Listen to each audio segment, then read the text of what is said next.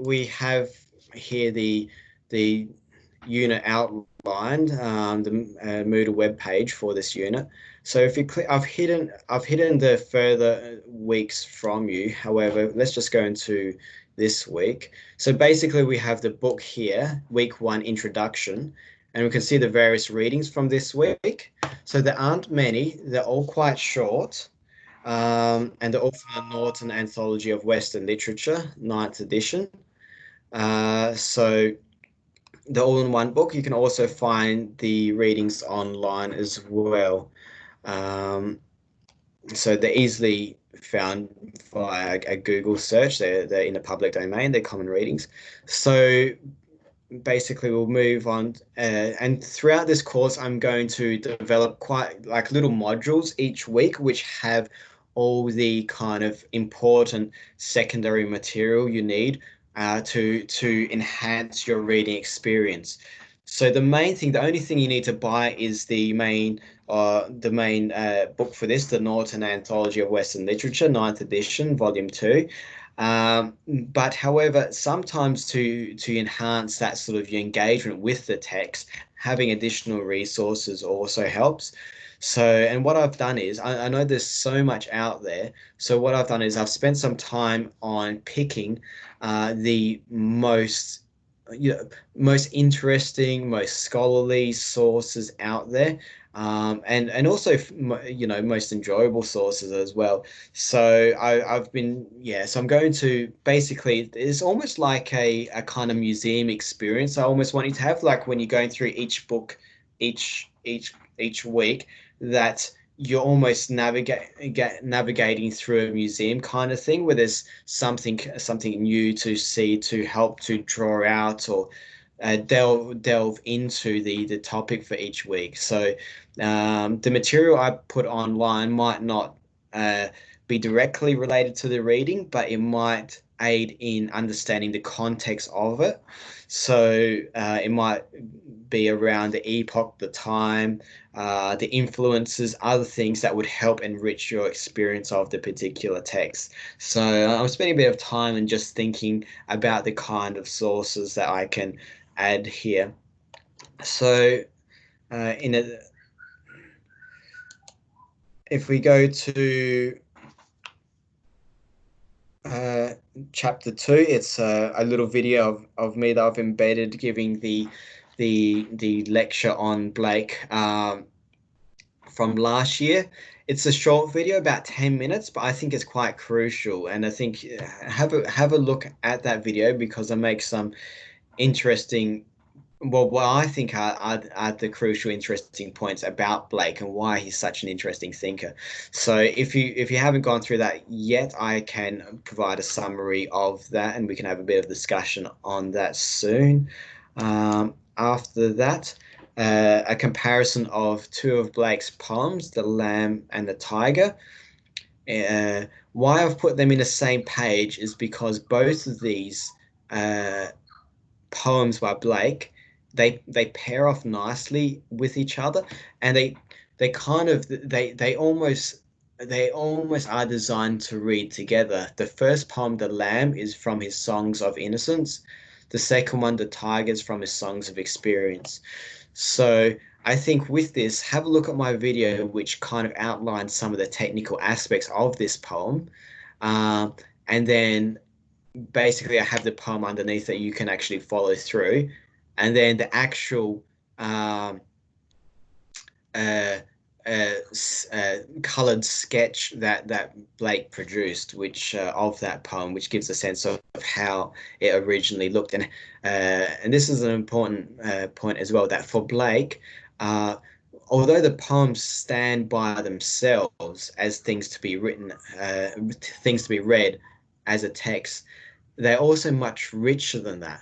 They're part of, in German you say Gesamtkunstwerk. They're kind of a total art almost, and it wasn't kind of, it was kind of like a form of art that was more than just the writing on the page. It also, it had a more of a holistic aspect that included the coloring, the etching, the physical renditioning of it on the page.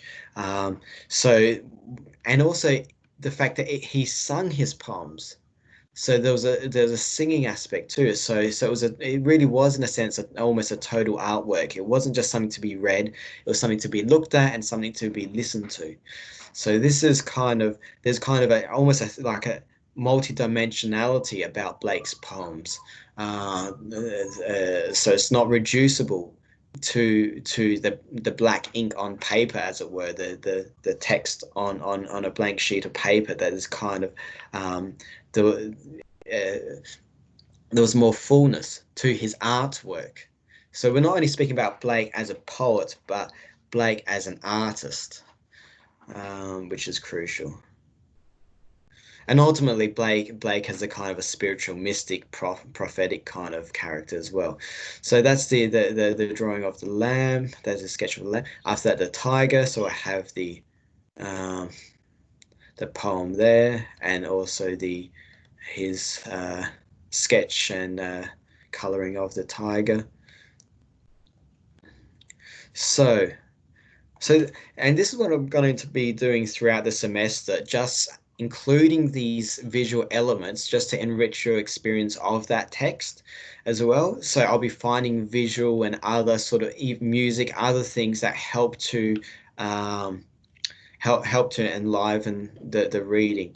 Not that it really needs much enlivening, but it's just to add to that experience.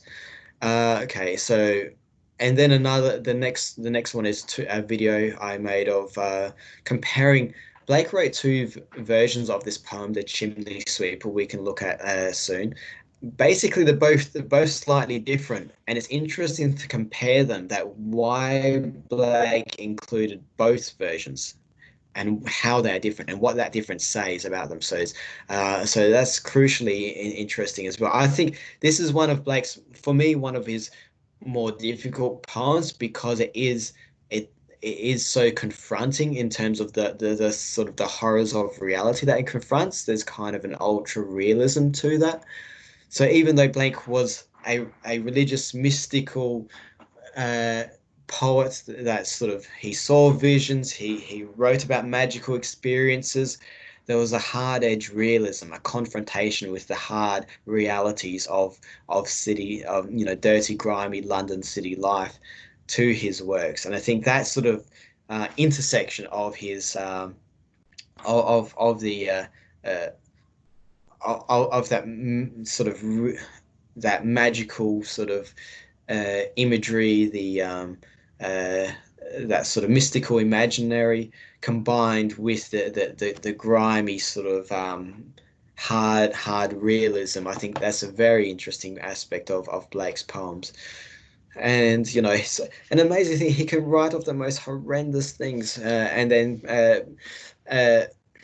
present it sort of in such colorful sort of beautiful sort of way. So it almost is the case if you just look at the pictures, if you just look at a printout of his book, you don't get a sense often of the tragedy and the sadness that he is confronting from these pictures because they're often so colorful and beautiful in their own right.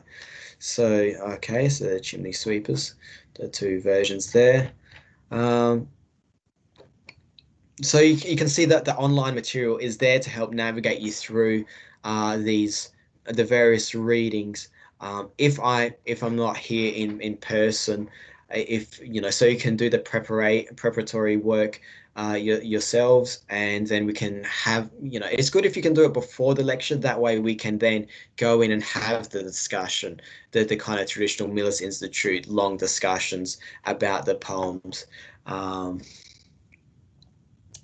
Okay, and this is a great little resource as well. The Tate online additional resources for Blake. The Tate Gallery, that's an amazing resource there. So let me just see if I'll just open up the link. So just click on the link for the Tate Gallery, and it takes you to an exhibition which includes all of it. It includes uh, all of his copper plates there. So just I don't know. Uh, and basically it has it also has a recording of the poem, so you can listen to it the poem being read uh, by by someone who is trained in reading poems, that kind of thing.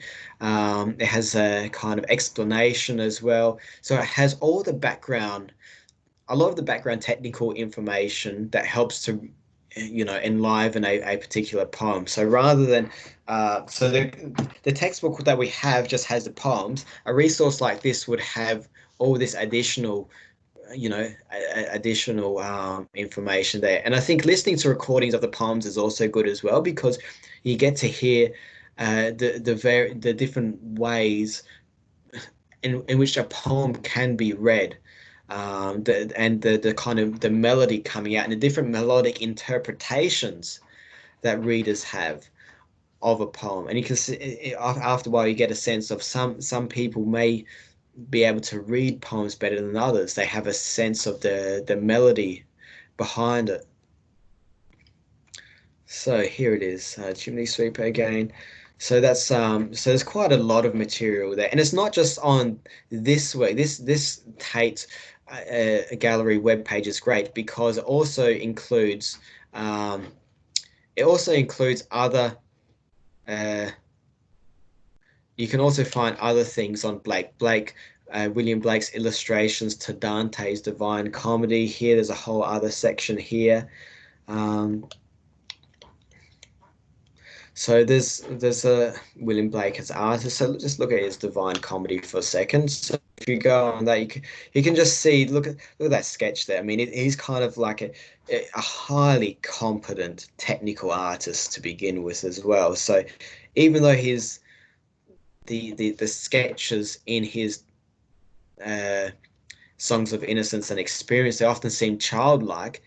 This was someone who could really draw very clearly and very accurately in a very realistic way. So he had that sort of high technical sort of background to his work via his sketching and technical training as a craftsman. Um, but then he goes out and draws these kind of pictures that link to his poems.